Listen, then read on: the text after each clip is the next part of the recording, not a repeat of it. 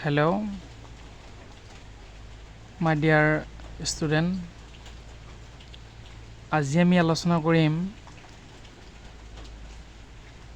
দশমমান শ্ৰেণীৰ ইতিহাসৰ প্ৰথম চেপ্টাৰ বংগ বিভাজন মনত পৰে। তাৰে এটা হ'ল স্বদেশী আন্দোলনৰ মহিলাৰ ভূমিকা, যে স্বদেশী আন্দোলনৰ সময়ত মহিলাসকলে কেনেধৰণৰ ভূমিকা আগবঢ়াইছিল। এইটো ভিডিঅ'ত আমি এই স্বদেশী আন্দোলনত মহিলাসকলে কেনেকৈ ভূমিকা আগবঢ়াইছিল তাৰ বিষয়ে কি কৰিম, আলোচনা কৰিম। চাবা,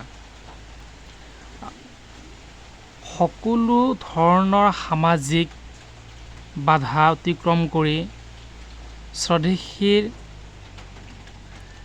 আন্দোলনৰ ক্ষেত্ৰত মধ্যবিত্ত নগৰীয়া নাৰী সমাজে পুৰুষৰ লগত সমানে সমানে স্বদেশী আন্দোলনৰ ভূমিকা অংশগ্ৰহণ কৰিছিল।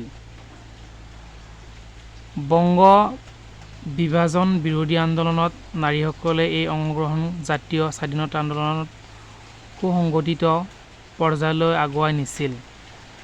যে বংগ বিভাজনৰ ক্ষেত্ৰত নাৰীসকলে পুৰুষৰ সমানে সমানে কি কৰিছিল, এই আন্দোলনটো আগুৱাই লৈ গৈ আছিল।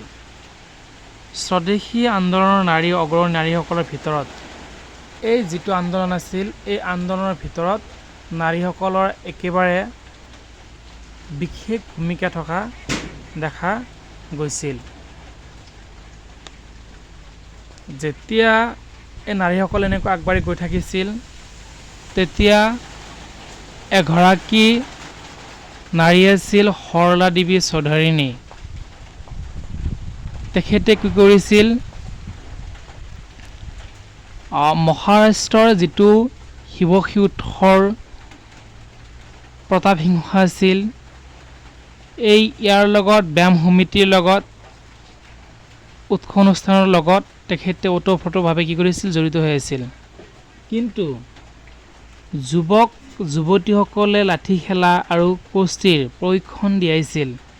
এই নাৰী কি কৰিছিল, যুৱক যুৱতীসকলক লাঠি খেলা আৰু যিটো কুস্তি প্ৰশিক্ষণটো দিয়াইছিল, লগতে ব্যায়াম সমিতি, যিটো আমি এনে কি বুলি জানো, যে আমাৰ ল'ৰা ছোৱালী ব্যায়াম কৰে মানে শৰীৰটো ভাল ৰাখিবৰ কাৰণে, তাৰ কাৰণে কি কৰিছিল, অৱদানৰ ক্ষেত্ৰত এই সৰলা নাৰী দেৱী চৌধুৰীয়ে ওতঃপ্ৰোতভাৱে জড়িত আছিল আৰু নিজকে আগবঢ়াই লৈ গৈছিল।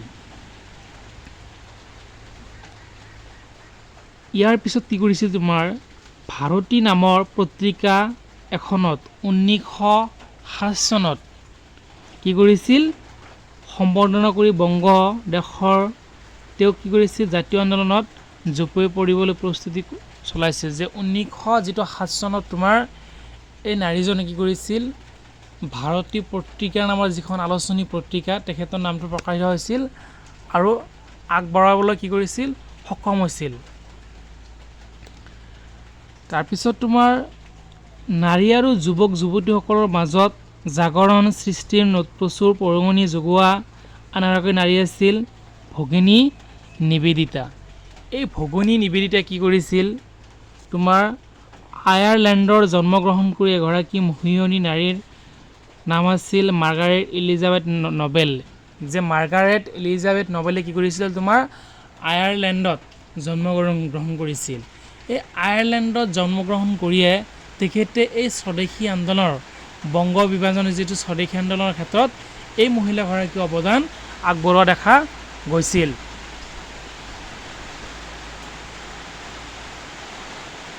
কলিকতাত, অৰ্থাৎ বৰ্তমান ৱেষ্ট বেংগল বুলি জনা যায়, কলকাতাত সময়ত কি কৰিছিল, তেখেতে কিছুমান ইউনিয়ন খুলিছিল। এই ইউনিয়নৰ জৰিয়তে যুৱতীসকলক দেশীয় শিল্পীৰ যোগেদি আত্মনিৰ্ভৰশীল হ'বলৈ বিশেষকৈ অৱদান আগবঢ়াইছিল। বংগদেশৰ নাৰীৰ সহানুশীলতা আৰু তোমাৰ লগতে ব্ৰিটিছ শাসকৰ কি কৰিছিল, জৰিয়তৰ লগতে বিশেষ ভূমিকা আগবঢ়াই লৈ গৈছিল আৰু এনেকৈ গৈ কেনে ডেইলি টেলিগ্ৰাফ, তাৰপিছত তোমাৰ কাকতত এইটো তোমাৰ ইম্পৰ্টেণ্ট কুৱেশ্যন, 1907 চনৰ 7 অক্টোবৰত এনেধৰণে বঙালী নাৰী ইংৰাজৰ কাৰণে সকলোতকৈ দুৰ্গম আৰু বিপদজনক বুলি গৱেষণাৰ মতে কোৱা হৈছে যে এই নাৰীসকলে এখন সমাজ গঢ়াৰ কাৰণে বিশেষভাৱে অৱদান কি কৰিছিল, আগবঢ়াই লৈ গৈ আছিল। আজিৰ ভিডিঅ'টোত আমি এইখিনি আলোচনা কৰিছোঁ। অহা ভিডিঅ'ত আমি পৰৱৰ্তী ক্লাছলৈ আগবঢ়াম। ধন্যবাদ।